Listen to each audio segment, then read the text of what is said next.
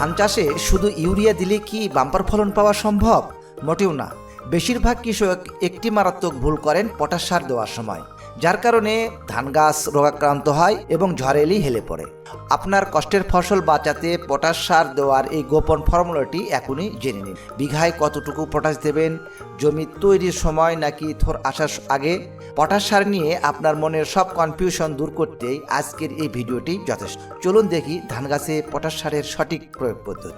আমার প্রিয় কৃষক ভাইরা, আপনারা দেখছেন আপনাদের প্রিয় কৃষি বিষয়ক ইউটিউব চ্যানেল কৃষি চিত্রবিদ। প্রিয় কৃষক ভাইরা, আজকে আমরা এই ভিডিওতে আলোচনা করব ধান চাষে পটাশ সারের গুরুত্ব ও প্রয়োজনীয়তা নিয়ে। ধান চাষের ক্ষেত্রে পটাশ সারের যে গুরুত্ব বা প্রয়োজনীয়তা সেটি কিন্তু অপরিসীম, এবং শুধুমাত্র ধান চাষের ক্ষেত্রেই নয়, আমরা যে কোনো ফসল চাষ করি না, যে কোনো গাছের জন্যই পটাশ সার কিন্তু খুবই গুরুত্বপূর্ণ একটি উপাদান।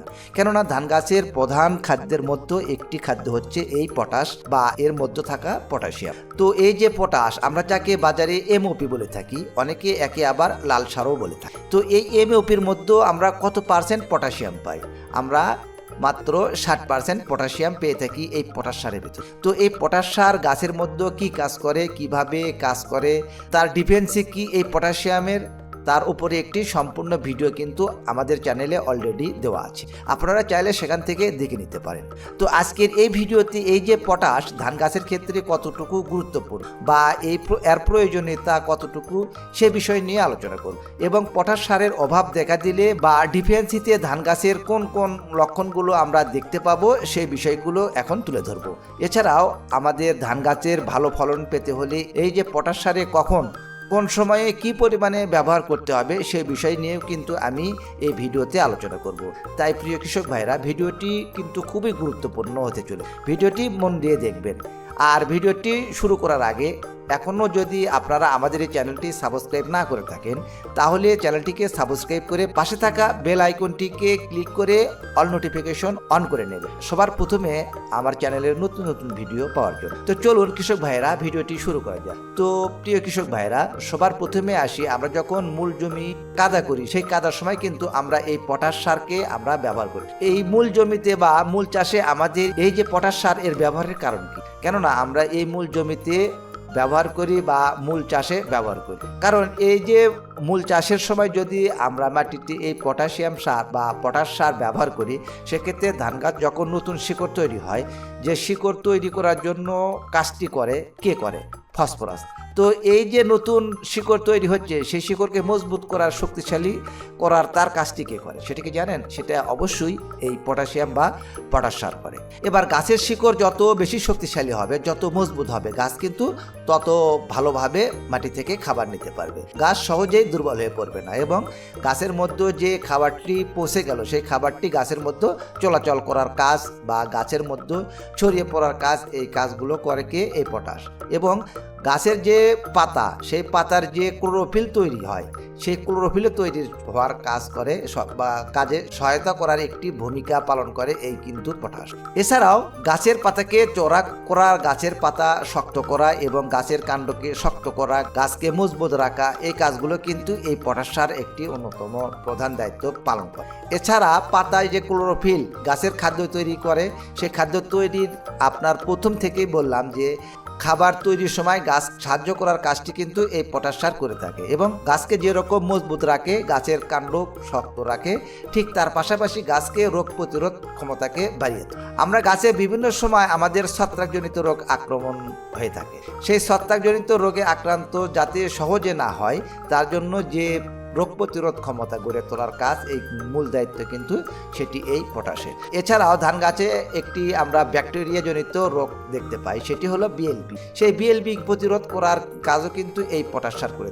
এরপরে আপনার যখন মোটামুটি আমরা প্রথম চাপান বা দ্বিতীয় চাপানে পটাশ সার ব্যবহার করি, তো যখন আমরা প্রথম চাপান সার আমরা এই পটাশ সার ব্যবহার করছি, এবং পরবর্তীতে পটাশ সারের যে দায়িত্ব সেটি কি হচ্ছে, আপনার ধান গাছ তখন পাশ কাটি ছাড়ছে, নতুন করে গাছ পাশ কাটি তৈরি করছে।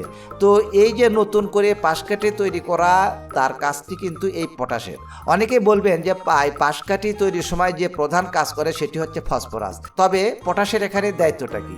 পটাশের এখানে দায়িত্ব হচ্ছে পাশ কাটি তৈরির সময় শিকড়কে মজবুত করে শিকড় থেকে গাছ যত ভালোভাবে খাবার নিতে পারবে সেই ব্যবস্থাটা তৈরি করে, কিন্তু করা কাজটি কিন্তু করে এই পটাশ সার। যার ফলে গাছ যত ভালোভাবে খাবার নিতে পারবে পাশ কাটিও তত তাড়াতাড়ি বের হবে, এবং পাশ কাটিগুলো আপনার একই সাথে বের হওয়ার যে কাজটি সেটিও কিন্তু এই পটাশ সার করে। এবং গাছের গ্রোথ যদি বেশি হয়ে যায়, আমরা অনেক সময় দেখি যে নাইট্রোজেন সারের বা ইউরিয়া সারের পরিমাণ যদি বেশি হয়ে যায় তাহলে কিন্তু কি হয়, গাছ নুতিয়ে পড়ে, গাছ ঝুঁকিয়ে পড়ে।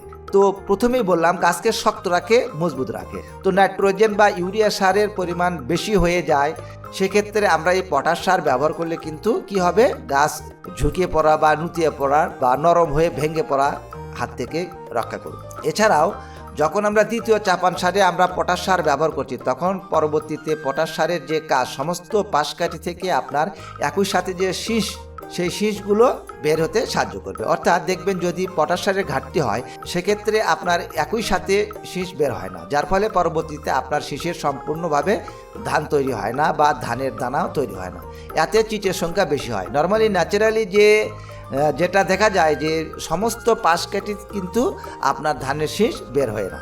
কিন্তু পটাশ সার যদি আপনার জমিতে পর্যাপ্ত পরিমাণে থাকে তাহলে যে ধান গাছের গোছা থাকে সেই গোছার মধ্যে যতগুলো পাশ কাটি থাকে তার থেকে কিন্তু সেক্ষেত্রে বেশিরভাগ ধান গাছ থেকে আপনার ধানের শীষ বের হবে, এবং যে ধানের শীষগুলো বের হবে সেখানে অধিক পরিমাণ ফুল আসবে এবং অধিক পরিমাণে সেই ফুল থেকে আপনার ধানের দানা তৈরি হবে।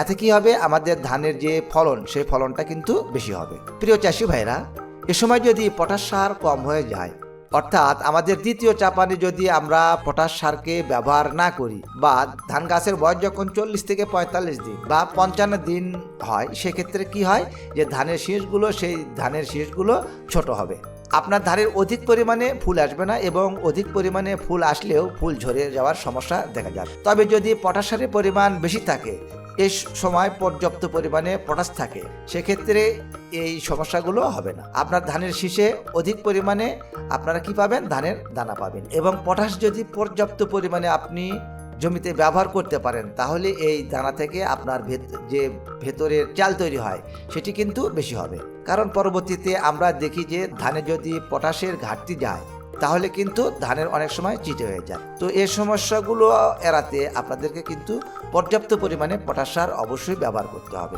সেক্ষেত্রে আমরা যদি সঠিক সময়ে আমাদের ধানে পটাশ সারকে ব্যবহার করতে পারি তাহলে আমরা ধানের যে দানার সংখ্যা সেটা বেশি পাবো, ধানের দানার যে কোয়ালিটি সেটিও ভালো হবে, ধানের দানা চকচকে হবে এবং ধানের দানাও সেই ওজন বৃদ্ধির কিন্তু একটা মূল গুরুত্বপূর্ণ জায়গা, কিন্তু সেটি কিন্তু এই পটাশ সারের কাজ। আপনার জমিতে পটাশই একমাত্র ধানের আপনার দানা তৈরি করতে সাহায্য করে। প্রিয় চাষি ভাইরা, এবার আমরা এই পটাশ সারকে কখন, কোন সময়, কি পরিমাণে ব্যবহার করব সে সম্পর্কে জানি। প্রথমত আমরা যখন মূল সার দেব জমিতে, অর্থাৎ জমির মূল কাদা করব, সেই মূল কাদার সময় প্রথমে একটি চাষ দেওয়ার পর জমিতে আমরা সারকে ছিটিয়ে দিই। তো মূল কাদার সময় আমরা যখন 1 বিঘার জমির জন্য, অর্থাৎ 33% 1 বিঘা জমির জন্য এ সময় 8 কেজি পটাশ সার ব্যবহার করি, এবং পরবর্তীতে আমরা প্রথম চাপান সার অর্থাৎ 20 থেকে 22 দিন বয়সে প্রথম চাপান সার দেব, সে সময় আমরা 7 কেজি পটাশ সার ব্যবহার করি, এবং পরবর্তী 40 থেকে 45 দিন যখন গাছের বয়স হবে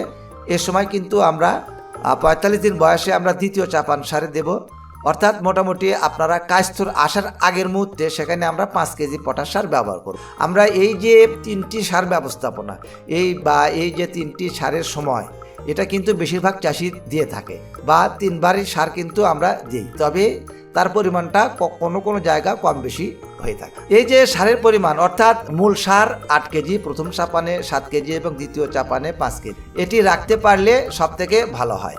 এরপরে আরেকটি মূল জায়গা যেখানে আমাদের পটাশ সারের খুব গুরুত্বপূর্ণ একটি জায়গা, বা যার ফলে কিন্তু আমাদের পটাশ সার ব্যবহার করা আমাদের ধানের দানায় বা কোয়ালিটি বা ধানের ওজনকে সেটি কিন্তু বেশি পাওয়া যাবে। সেটি হলো ধান গাছের বয়স যখন 65 থেকে 70 দিন বয়স হবে, তবে এই 65 থেকে 70 দিন বয়সে আমরা পটাশ সারকে জমিতে ছিটিয়ে ব্যবহার করতে পারি না, তাহলে কিন্তু আমাদের ক্ষতি হবে। তো সেক্ষেত্রে আমরা কি করব, আমরা এই যে 65 থেকে 70 দিন যখন গাছের বয়স হবে তখন আমরা বাজারে এনপিকে 0050 পাবো, যেখানে আপনাদেরকে যে পটাশ সেটি 50% ফর্মে পাওয়া যায়। তো এই যে 0050 এটিকে আমরা ব্যবহার করব। 15 লিটার ট্যাঙ্কিতে আমরা 50 থেকে 60 গ্রাম এটি আমরা ব্যবহার করব। 15 লিটার ট্যাঙ্কিতে আপনার 50 থেকে 60 গ্রাম এই 0055কে আমরা যদি এই 65 থেকে 70 দিন বয়সে আমরা স্প্রে করতে পারি, তাহলে কিন্তু আমাদের ধান গাছের যে কোয়ালিটি বা ধানের যে পরিমাণ অনেক বেশি পাওয়া যাবে। তো কৃষক ভাইরা, আশা করছি আমাদের এই ভিডিও থেকে আপনাদেরকে কিছুটা হলেও উপকার আসবে। আর যদি ভিডিওটি ভালো লাগে তাহলে ভিডিওটি একটি লাইক করবেন, ভিডিওটি শেয়ার করবেন, আর কিছু জানার থাকলে অবশ্যই কমেন্ট করে জানাবেন। আমি চেষ্টা করব আপনাদের প্রশ্নের আজকের ভিডিও এই পর্যন্তই। কথা হবে পরবর্তী অন্য কোনো নতুন এক এপিসোডে। সে পর্যন্ত সবাই ভালো থাকুন। আল্লাহ হাফেজ।